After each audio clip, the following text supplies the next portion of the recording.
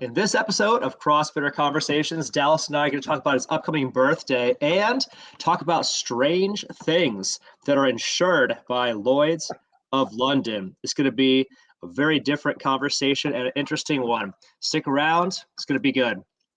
Welcome to the CrossFit Edwardsville Community Podcast, where we hear and learn from our coaches, CrossFitters, and Glen Ed community leaders. Now, here are your hosts, Dallas and Greg. What is up, everybody? Welcome to the CrossFit Edwardsville Community Podcast. I am your co-host, Dallas, with Communicate to Succeed, helping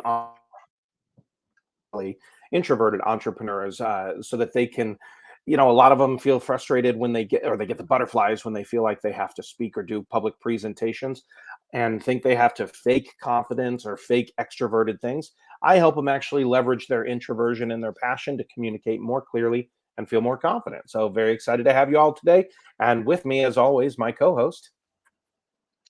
What's up, guys? I'm Coach G, CEO and GM at CrossFit Edwardsville. And today's episode, we're just going to have a CrossFitter conversation, raising a frosty cup of coffee. Hot one Cheers. for me. Cheers to my man Dallas here, who I'm excited. He's got a birthday coming up later this month. You said you wanted to talk about my birthday, so I figured you had specific questions. I can start out by saying I'm not really a huge birthday guy. Okay. Historically, this year I'll be turning 43. Yeah, that's my first question. How old are you going to be this year? So this year I'll be turning 43. But funny enough, last year I started thinking of it. So this is where it's going to get fun. I started thinking of it not in terms of years, because again, something about that, I didn't have the marking of the passing of time, the celebration of it, in the way that I have friends who celebrate. It's my birthday month, or they get away for a birthday weekend, or they go, it's 4 or 5 days of, and I just was never that guy. But there's some fun things about my birthday, but the last couple of years, I've started thinking of it more like it's time for the operating system upgrade. So this year, I get to go into operating system 4.3. And what does that have for me? What are going to be the new things I'm going to add to my operating system? What are going to be the new development? What bugs am I working out in version 4.3 that maybe got revealed in 4.2 or had been around for a long time? So I'm looking at it more like it's a system. It sounds like I'm in the Matrix, but it's a system upgrade that I get to discover what the new operating system has for me this year. So wait, the system 4.3 is a play on your age, 43. Is that right? Yeah, that's it. 4.3. Last year it was 4.2. And so then what does this look like? Because I'm trying to wrap my brain around this. Like, what does this mean? What exactly is Dallas going to be doing then for this operating system upgrade? Yeah. So one of the things I look at in the month of March is I look at everybody makes their New Year's resolutions. And everybody says, I'm going to change this about myself and change that about myself. I do a very similar thing, but I look at it as far as assessment. There were things I said I wanted to hit in version 4.2 that some of them have worked, some of them haven't. And so now it's more about, okay, so there are things in my character that, there's kind of, you've heard me say this, G, but I talk about this with my power playbook and with my coaching clients. I look at life as you kind of have 4 macros. And in nutrition, we talk about the 3 macros, which you know those, but I'll let you go ahead and say them for everybody. What are the 3 macros of nutrition? Protein, fats, and carbs. Proteins, fats, and carbs, hopefully good carbs, right? Hopefully things like vegetables. But if we get those macros in the right proportions, we can meet our nutritional goals based on the demands. So for instance, a marathoner has a very different macro need setup than a power lifter. A power lifter has a different one than a football player. Even on a football team, a quarterback's diet is different than a linebacker's diet. A linebacker's diet is different than a wide receiver's diet, because it's based on what your life needs are that you adjust the macros accordingly, correct? Sure. So I think in the same way, we have 4 life macros, and they are spiritual, physical, relational, and professional. And what ends up happening in those four, again, spiritual, physical, relational, and professional. What ends up happening though is sometimes people will lean heavy into the professional, and they'll feed their professional life to the detriment. Especially guys, probably. Especially men. guys, yeah, and some driven women and things like that are really say, hey, professional is all important. And so they feed their professional life. Meanwhile, over here, they're malnourished spiritually, or they're malnourished physically or spiritually, whatever, relationally. Someone who's got a great business, but they're on their third marriage because everything keeps falling apart. Or someone who's all spiritual and doesn't have any sense of what the rest of the world is happening around them as far as physically, or, they could say, super spiritual person, they're a 10, but physically they're 5, they're 50, 60, 70 pounds overweight, and they're at a 2. So if we feed those 4 life macros the right way, physical, spiritual, relational, and professional, then we actually have a healthy life. And we have, people would say, a work-life balance, but I think it's more of a balance of internal world and external world. And if we find a way to balance those properly, we actually have a healthy life. And some seasons require more professional. Again, just like a quarterback needs a different or more relational, or more exactly. spiritual. Some seasons you have to pour into a different part. And so I kind of assess myself. I have a scouting report that I do with my clients, and I go through and I look at my scouting report and I go, oh, I really fell behind in those particular points, or, oh, I'm falling behind in these points, or, in my spiritual walk, God reveals something to me that I'm like, man, that's always a sticking point for me and my wife, or for me as a dad. I always fail here, or I glitch. I glitch here, using the terminology of software. And so the upgrade is first a needs assessment. Where am I scoring on these areas? What needs a little bit of attention? And then what do I want to do to those? Is it going to be, for instance, I have found that I haven't been praying for my wife very much in the last 6 months or so. And I know that's a huge thing to say here, and that's a confession for you all to know. Mm-hmm. But what was happening was, we have started, our marriage there's been a lot of raising the kids and business transactions. And so it's become very much hey, we're partners in this, Amsden Incorporated. Yeah. But so I've looked at her more like, hey, we're helping each other, but I haven't been praying for her not as my wife, but praying for her as a daughter of God. So for instance, one of the things I've been doing in this last month is I pulled out ye old book called Power of a Praying Husband, and I've been praying. My wife has the Power of a Praying Wife book. Yeah.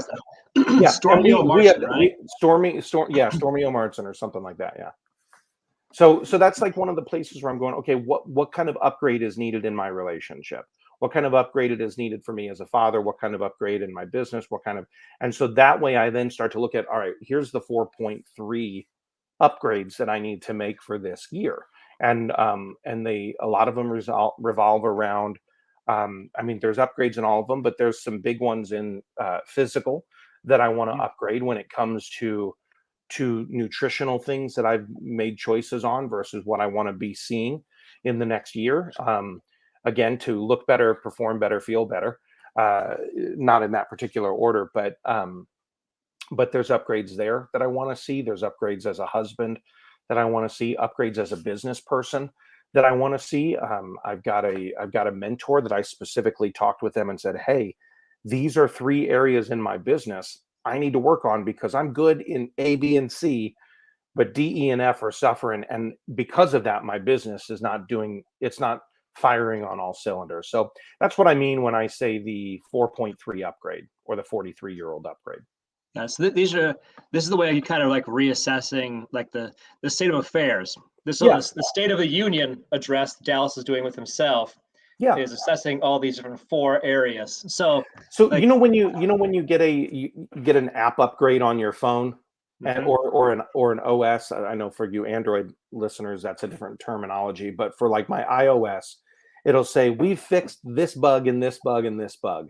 That's part of what it is. It's like, boy, what bugs do I want to fix, and what performance enhancements, not PEDs, but what performance enhancements do I need to make in order to in order to have a better user experience on this thing I call life. So then, what are two bugs that Dallas is going to be addressing? And then what are two things, like what are two areas where you feel like you're kicking ass and you can brag on yourself now a little bit? So the bugs and also the big victories. So I would say two of the biggest bugs. One comes around nutrition, and the other comes around consistency of clients in my business. So y'all are getting like a therapy session with Dallas here today. This is awesome. Coach G Scale's bringing the heat, and I'm just laying on the couch telling you about it. So nutritionally, tell me all of your thoughts. What I have been noticing nutritionally is, and it's funny. One of the things I do is I run the mindset calls for a program called Joel's Daily Fitness, and it's a shed fat program. But I run the mindset calls for them, and one of the things that I am noticing is I have been looking more at who I want my future self to be in 3 years, 5 years, 10 years from now. And I'm beginning to ask myself, is what I'm eating, is the fuel I'm putting in the tank, the high performance, high octane fuel that I want, or is it not? Is it or is it not serving me? And and so I have in the last couple of months really started paying attention to the way certain foods make me feel. And what used to be for me historically, and I know it's this way for a lot of people, and we've talked about this, on previous podcasts, G, is historically food is one of two things for me. It's either an emotional crutch or it's a reason to celebrate. Okay. So it's some form of, food has always kind of had an emotional tie. So if I'm having a really great day, hey, we need some food to celebrate. Or if I'm having a really bad day, oh, I need some food to make me feel better. Comfort food, stick to your ribs sort of food. But what I'm realizing now in version 4.2, I started getting these glitches where it was like, oh, I don't necessarily have the energy to make it all day sometimes if I eat garbage like that at lunch. Or, oh, I don't necessarily, if I decide to do pizza night with the kids on a Friday, Saturday I feel inflamed and garbage. And so I'm starting to assess, like, what does the body feel like post meal? Not just, sometimes it's 30-minute or an hour post meal, but sometimes it's the next day as well. Like, boy, if I feel super inflamed and I didn't sleep well. So I'm beginning to figure out what foods serve me and what ones don't. And version 4.3 is to actually start to eliminate the things that no longer serve my future self. So that would be would be nutrition. Some things serve you and some things sabotage you. Yeah. Like us being both like athletes for life, like it's really important to look at food as a way of fueling an amazing life. It's not it's not the feel better quick drug. And I've always said it's really important, you kind of hit on this, that we don't treat food like it's a reward for good behavior. Right. Like, we're not dogs, we're not seals, and it's important that we don't like treat it like, hey, we get a better tasting fish for good behavior. You know what I mean? Because then it turns into, food becomes a perpetually self-destructive cycle where every time something good happens, nutritionally we implode. Every time something bad happens, nutritionally we implode. And so you're getting hurt on both ends. Right. And nobody wants to hang out in the middle ground either. Like, being like the today was kind of average, next day is kind of average. That's no fun to hang out there either. You know what I mean? Right. Yeah. And it's, for me, it's one of those things where I know I know most of my weak spots when it comes to food, and I've been paying attention more, and we've talked paleo style. For me, we paleo, keto, Mediterranean, blah blah blah, all the things. I think, is that like the second time I've said that on this episode? All the things, blah blah blah. What's the Seinfeld term for it? Yada, yada, yada. Yeah. No, I mentioned the bisque. Anyway, for those of you who get that reference, enjoy it. I won't go into it too deep there. But for me personally, I am finding that more protein and more fats are serving this phase of my life better. Sure. I have a cooler energy, longer lasting energy, and it just seems like the burn is cleaner when I'm a little bit more in high fats, healthy fats, high Yeah. fats, and higher protein levels and quality proteins at that. I'm even finding that certain proteins aren't serving me like I want. Sure. So so I'm really focused on in these next couple of months of what it means to actually start to really burn clean Cool. in the fuel and what that looks like. And you and I we talk. I regularly am reporting to you what's your workout plan for the week because you're my accountability coach at the gym, but but this is something I've been playing into and leaning into. And even you mentioned the reward response element of it. Um, if something makes me feel bad later, I should be aware of that and go, okay, so For sure. obviously that's not a reward if I feel bad Right. later about it. And the other thing too is there's a Pavlovian response to the times of day that I want to eat as well. So the witching hour from 7 p.m. to 9 p.m. where it's like get the kids down and then my wife and I might sit and watch a show. Well, then it's like, oh, it's snack time. Well, no, it's not. Simply that's a Pavlovian response. Ding, ding, ding, ding, ding. And I'm like, oh, what? What? It's time to eat. So I'm being aware too that there's times of response that my body says it should eat only because they've been conditioned to think that's when it is. So also listening to my body as to when I actually need to. I don't stop at the gas station just because I'm passing the gas station. I Right. stop when I see I'm below a quarter of a tank or the low Right. fuel light comes on. Then I'm like, oh, I need fuel now. But if I'm below a quarter of a tank, I'm like, oh, this is, gas is a decent price at this station because I'm in St. Louis rather than Illinois. So I'm going to fill up now. So I'm trying to pay attention to that response too, that it's not an automatic need, it's a system need. And if I can Yeah. pay attention to that, that's going to be helpful for my nutrition as well. It seems like you're becoming more aware of there are certain there are certain signals that your body will send you time to eat, and some of them are appropriate signals. There are times when Right. your body needs to fuel, and there are the Pavlovian signals where every time I sit down to watch a show, I'm used to eating.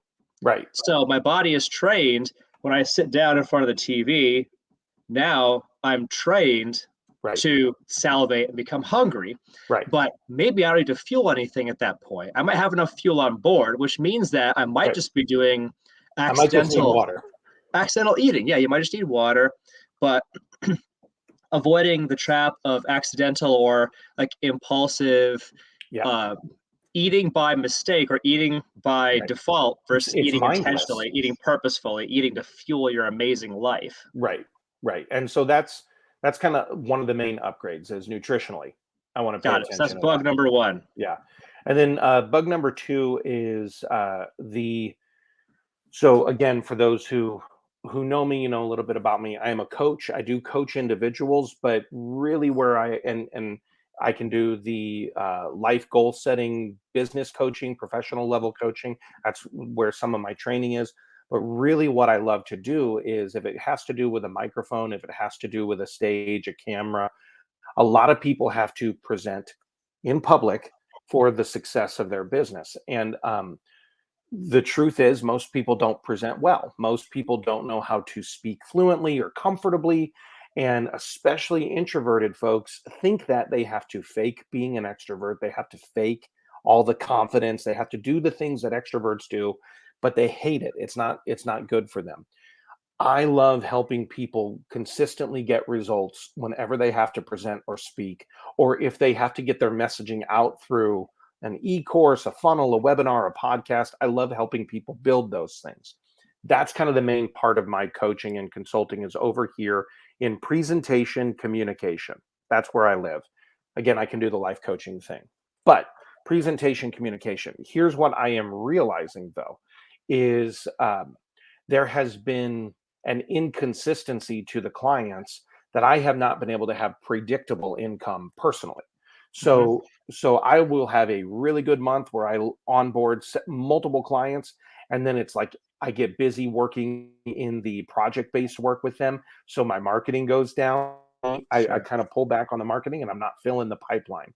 So I've identified weak points in my marketing strategy, and specifically for my business, I'm not a paid marketing guy. I don't do a bunch of paid ads or paid marketing. My two areas are referral marketing through referral partnerships with friends and colleagues, and then number two, organic marketing, which is online marketing, but it's more like reaching out, helping people organically in Facebook groups and building value so that then they come and they see what I do and they ask about it. The organic marketing is a little bit of a long game, but it does pay off. The referral marketing, it's a long game too, but it's not as long because I work with a business coach who actually has a referral marketing strategy. And so I would say I have been in and out of those two different marketing strategies in a way that's been inconsistent in my marketing for my business. The target here is to crank up the referral partnership program that I'm in. And if anybody listening to this, if you have to grow your business through referrals, I would love to tell you about my coach. She's freaking awesome. To the agendas of the meetings you have with referral partners, everything is very strategic. I'd love to tell you about her. But my goal is to actually build up consistent income through my referral marketing strategies so that I can actually go into paid marketing later this year. But again, it's been, jump in, get a bunch of clients, work on the projects with them, and then lose the marketing versus I've now gone through, I did a time audit of my weekly schedule about 2 weeks ago. And I realized, I'm not spending the percentage of time on marketing consistently that I need to. So taking and making my productivity blocks in my calendar so that I can implement consistent marketing strategies every day for multiple hours a day. Because right now it seems like you're either in the business or out of the business. That's it. And Dallas's doing most of the work in the business. Yep. Needs both. I get it. So that's bug number 2. It's not like you have a smart plan for addressing it. What about bragging on yourself? Two areas where Dallas is kicking ass. Bragging on myself. So it's important to celebrate you too, not just because of your birthday coming up, obviously, but it's an important topic, by the way. Like something that I do as a coach myself is I'm very big on trying to identify the victories that you've had, so that, especially for us, like we're very achievement oriented people. It's very easy for us to constantly we do a thing and then we immediately jump to the next thing. Yeah. We're used to constantly looking forward. Entrepreneurs always are looking forward, thinking about the next thing, and not taking the time to sit and actually sit in the victory and enjoy the moment. Right? Yeah. So you have a birthday coming up. You've been doing some things well in 4.2, transition to 4.3. What are the areas where Dallas needs to be recognized for kicking some ass and taking some names? So I would say and I agree with you, it's hard sometimes to do this part, but it is crucial and it's important. Because often we become our biggest critic and our own worst enemy. So what gets rewarded gets repeated too. And you have to be a raving fan of what you do. And I would say if there's anywhere where I consistently crack the bat and drive it to the outfield or further, would be anytime I'm asked to speak, anytime I'm asked to talk on a microphone or do an interview or something like that. I just crush it. And I should, because I'm a communication expert. Sure. But I think what I'm able to do is I'm able to read an audience quickly, find the groove that they need me to stay in, and I can adapt and morph whatever my subject around what I feel is happening in the room at that point. So my empathy level when it comes to public speaking is really high. And of course, someone's listening to this right now being like, really? Because you've talked a lot and I've been waiting for you to shut up. But I would say that would be one area is I can confidently say being on a microphone is what I do better than I do anything else in the planet. So that would be number one. Number two, I agree, by the way. Just for the record, having seen you in multiple venues, multiple mediums, I know that you are you're phenomenal when it comes to presentation. Period. Well, thank you. And you haven't even seen me. Gift. You haven't even seen me in a couple of those avenues. Like for instance, stand-up comedy and leading worship at our church. Yeah. I need to have you come out sometime when I'm doing that. Not because I perform. I'm not doing that. But it's something that I love to do. And I'll do a surprise guest cameo one day. And I'll be in the back wearing sunglasses, so you don't know it's me. Look, they're going to be orange sunglasses. I know your sunglasses. Well, so this thing, I told another friend of ours, Josh Turner, who's the founder of Linked Selling and an entrepreneur and awesome guy, one of our CrossFitters at CFE. Awesome. Yeah, I told him I was gonna, because he has a secret aspiration to go and do an open mic night on a guitar. Secretly, he's a great guitar player and would love to go do open mic night. I told him I was going to sneak into the back because he doesn't want anybody to know when he's going to present. He wants to go and just do it to an audience that doesn't know him. And I told him I was going to sneak back and watch there. And he's like he said, dude, I'm going to know it's you. You're going to be the only asshole there drinking a Fit Aid and not a beer. That's awesome. And it's literally going to be a big E CrossFit Edwardsville shirt on. You'll see. That's awesome.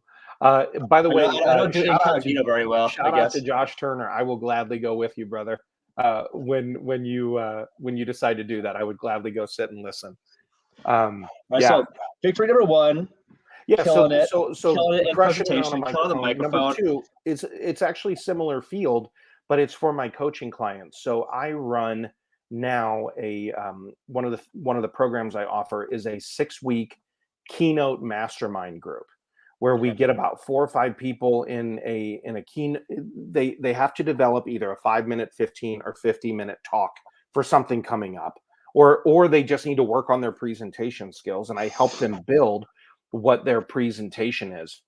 Okay. And that group, you run it weekly for 6 weeks, and you go from starting with your target audience all the way through to having your slides and your presentations built and presenting a 15-minute, but by the end of it, you've got a 5, a 15, and a 50-minute talk ready to go. And that group, we are crushing it. The current group, there are 3. This one that's going to end on March 10th is their presentation day. And then the next one's going to be starting up the week after that.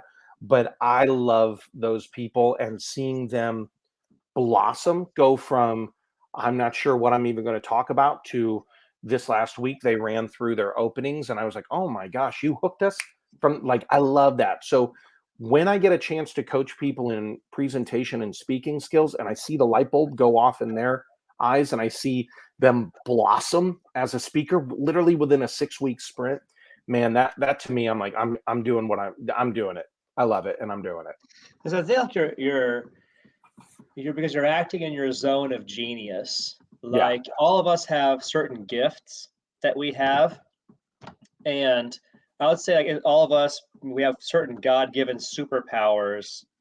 I think you're acting within your God-given superpowers. Now, granted, you had strengths you developed through stupid amounts of application and practice.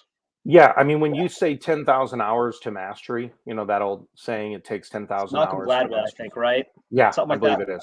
I would say, I just realized that this year at 42, I have been doing some form of performance or stage communication for 30 years.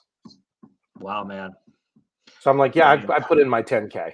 Everything from stand-up comedy to music to worship, musical theater, acting on stage, acting on screen, speaking at churches, speaking at businesses, training people on how to do it. I'm like, I'm easily rounding out 30,000 hours of my life at this point. Absolutely. So this this allows me to kind of bring up a question I wanted to ask since the start, which is, Dallas, if you had to identify a couple of superpowers that you need to trademark or like take out an insurance policy on, what would they be? Because before we rolled tape here, came up in conversation, Lloyd's of London is famous. They're an insurance organization that has insured many very interesting and unusual things for many famous people over the years. So what I'm going to do, I will read us off a few of these because they're weird. Highlight a few of these. Yeah. So these are strange. These are So I'll start here. So there's a gentleman. Let's see right here. Or at the end of take my notes. All right. There's a gentleman named Brady White who, in the early 90s, was sort of dubbed the Santa to the stars. He was famous for doing marketing, advertising appearances, and holiday ads for several luxury brands. Yeah. He took out an insurance policy on his beard back in 1992. Let's see. An array of taste buds and noses in the food and wine worlds have been insured before. The bulbous schnoz of comedian Jimmy Durant. Really? Yes. Cuddy Sark's policy for the Loch Ness Monster.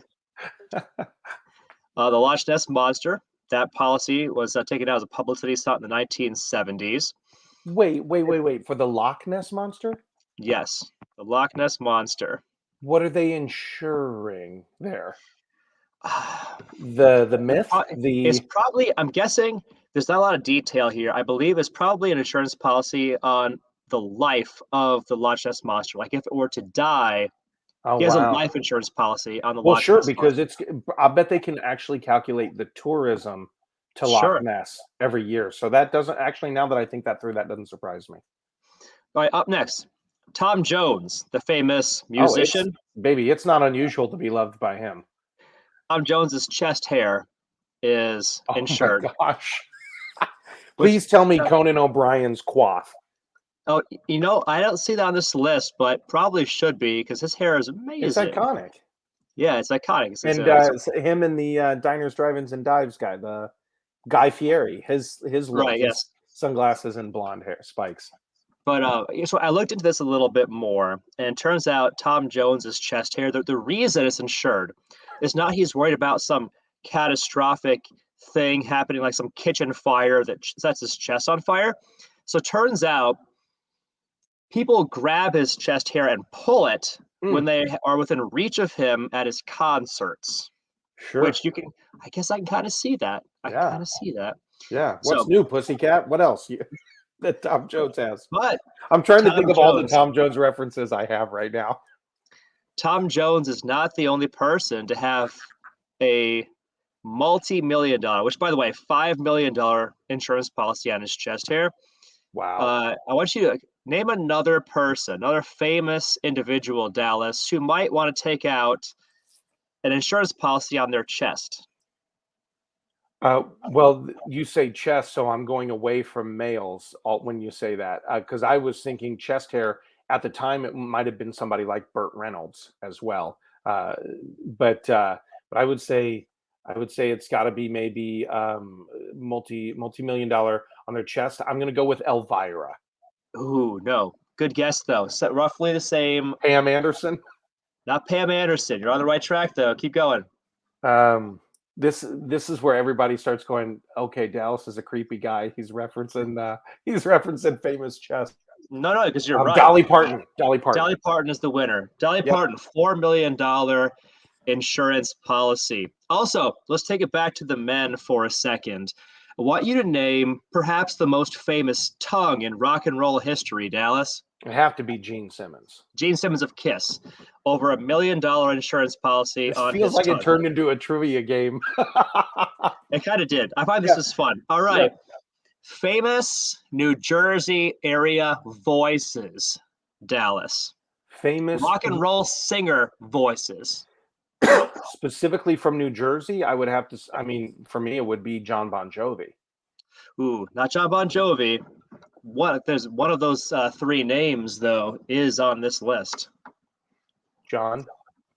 It's not the John. Bon. So Bon. Bon Qui. Whoops. Nope. Sorry, I had that wrong. Anyway, Bruce Springsteen. Oh, Bruce Springsteen. Is he Jersey? I thought he was Jersey. I thought he was Detroit's baby. I thought he was. I don't remember. I'm not a Springsteen fan, so I would never have guessed him. Also, Bob Dylan and Rod Stewart. Sure. And Paul Simon. For his voice? Yeah. Interesting. That's intriguing. No, I mean, you think about people like that who something about them is iconic, or just the fact Bruce Springsteen says he's going to do a concert tour. It's worth more than $4 million. So he's got to take care of his voice and got to take care of his vocal cords for all of that, because if not, a lot of people lose money if he cancels concerts. I don't think a lot of people think about that when you think about what, let's say what LeBron James, his latest contract. Well, he puts people in the seats, but everybody in that arena has a job that's working at that arena because of him. All the, all the coaches, the assistant coaches, all of those things. I don't think when we think someone commands a certain salary or an insurance policy, there's a lot of things that come from that roll to other people as well. Well, yeah. I mean, if he is in the game, the ticket sales are higher. Right. The concessions sales are higher. They probably sell more jerseys on that day. Right. You know what I mean? Yeah. They require more staff for the production because there's more people in the arena. Right. Right. So more people have jobs. So the ROI of a basketball for LeBron James is billions of dollars. Yeah, millions. Exactly. Well, and again, same for these guys. I mean, Gene Simmons goes to sing somewhere, 50,000 seats gone like that. People don't even think about it. Well, not just that, it's also the people that come into St. Louis to watch the Rolling Stones perform. Tourism. Also, they go out and they get food after the event. Right. They get drinks after the event. They're taking parking spaces in the parking garage. Right. And so there's like a huge economic impact to these big acts showing up in town. Yep. Alrighty. Famous hands. Keith Richards of the Rolling Stones, speaking of which, he has a $1.6 million policy on his hands. I'm sure Eddie Van Halen had one at some point too. I think I have heard that. Give me a second here. Yeah. Abbott and Costello insured their legendary comedy routine, Who's on First? Okay, so you want to know something interesting about that? I happen to know a weird random factoid about Abbott and Costello. Okay. That made them millions because of radio and television. So back in the day, they were one of the many vaudeville acts that were going around to clubs and working material and things like that. And there was a lot of duo acts at the turn of the century and early 1900s. So what happened was there were probably 20 different comedy acts doing Who's on First. Abbott and Costello got on the radio and got it recorded on TV, and it blew up their career, and it left all of these other comedian duos. They couldn't do it anymore. People would literally shout out. It was branded to Abbott and Costello. It was do Abbott and Costello's thing. And people hated Abbott and Costello because of the fact that they took this piece that a lot of them had been doing for 10, 15 years and made it famous to them. So that's a really intriguing one.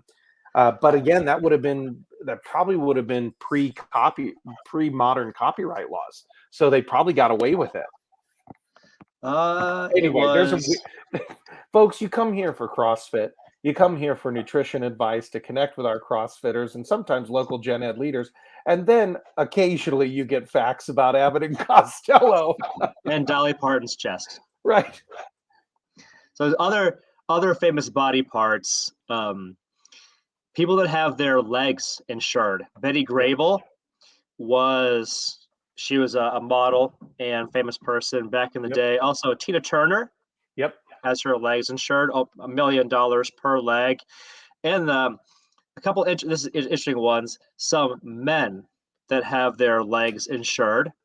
If you had to guess, such the general categories of men that may have their legs insured, Dallas, what would you guess? I would say I doubt it's Rich Froning. I would No. say um, men that have their legs insured. Yeah, just general I would, categories. I would think maybe certain athletes do. David Beckham is one. Yeah, okay. I was going to say it's got to be athletes that have to use their legs more. Footballers, that makes sense. That's one. Probably. I wonder if any wondering if somebody like Shaun White, who's a famous snowboarder, because I mean, I know he's Yeah. an amateur when it's Olympic time, but he's not an amateur all the time. He's the greatest of all time. That's true. He's the GOAT of snowboarding, let's be honest. How many love Olympics has he been snowboarding. in? 6? Like 24 years of doing it?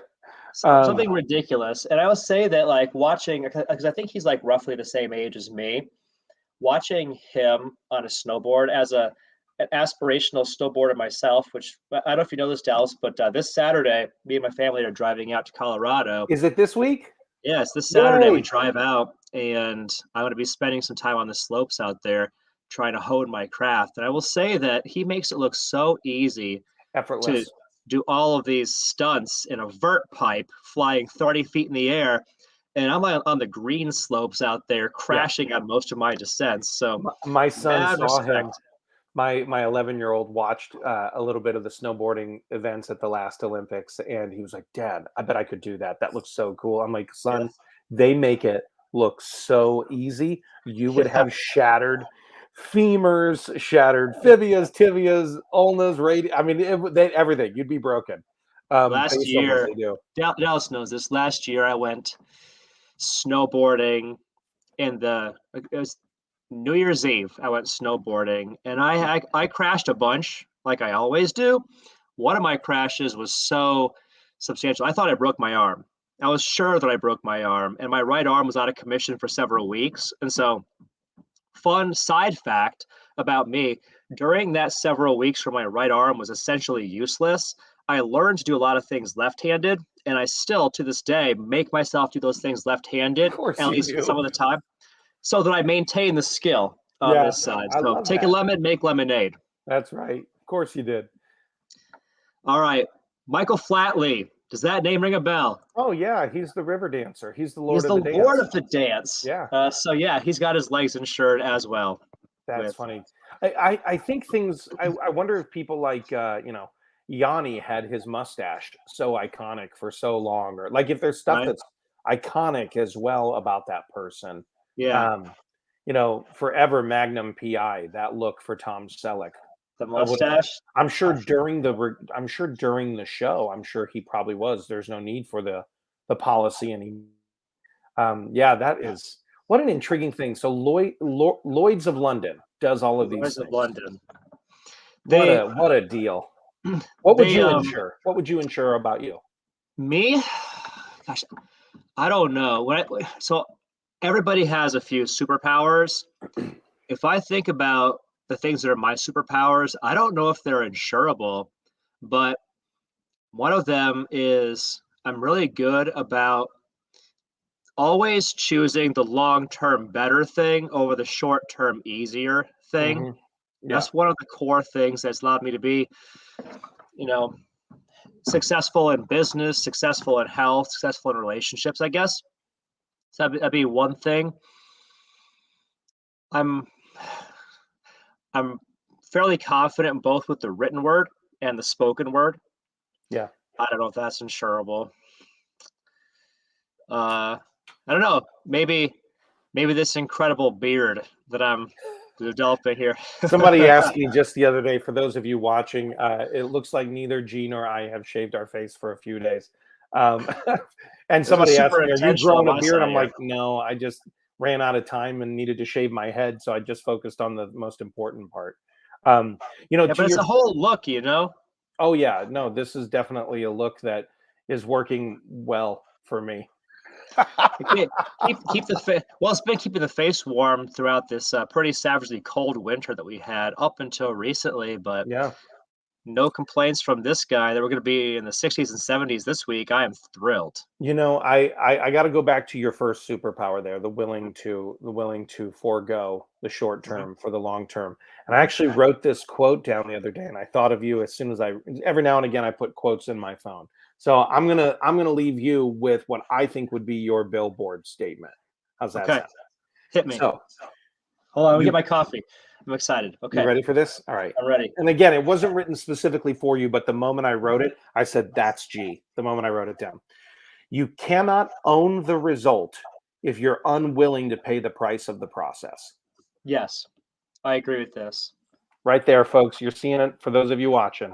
You cannot own the result if you're unwilling to pay the price of the process. I'll do a little shout out to our dude, Christian Roten, who has a great quote. He's one of our CrossFitters at CFE, one of our best CrossFitters, an amazing guy.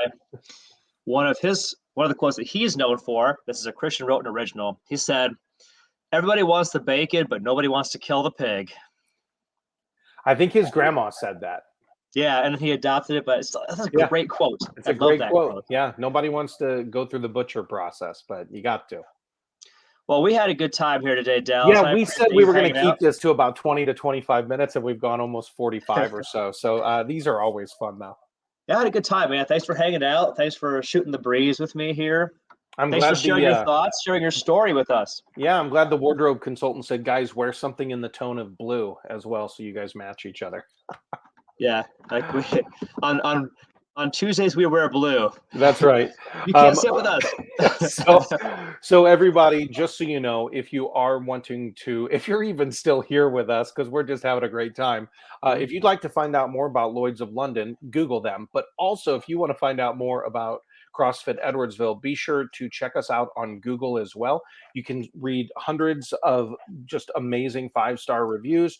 Also, you can check us out on all the socials, Instagram and Facebook, at CrossFit Edwardsville, as well as, I need to amend this, we now are active on TikTok as well at CrossFit Edwardsville. If you are and Twitter. Twitter is not a real place, but you can still find us there.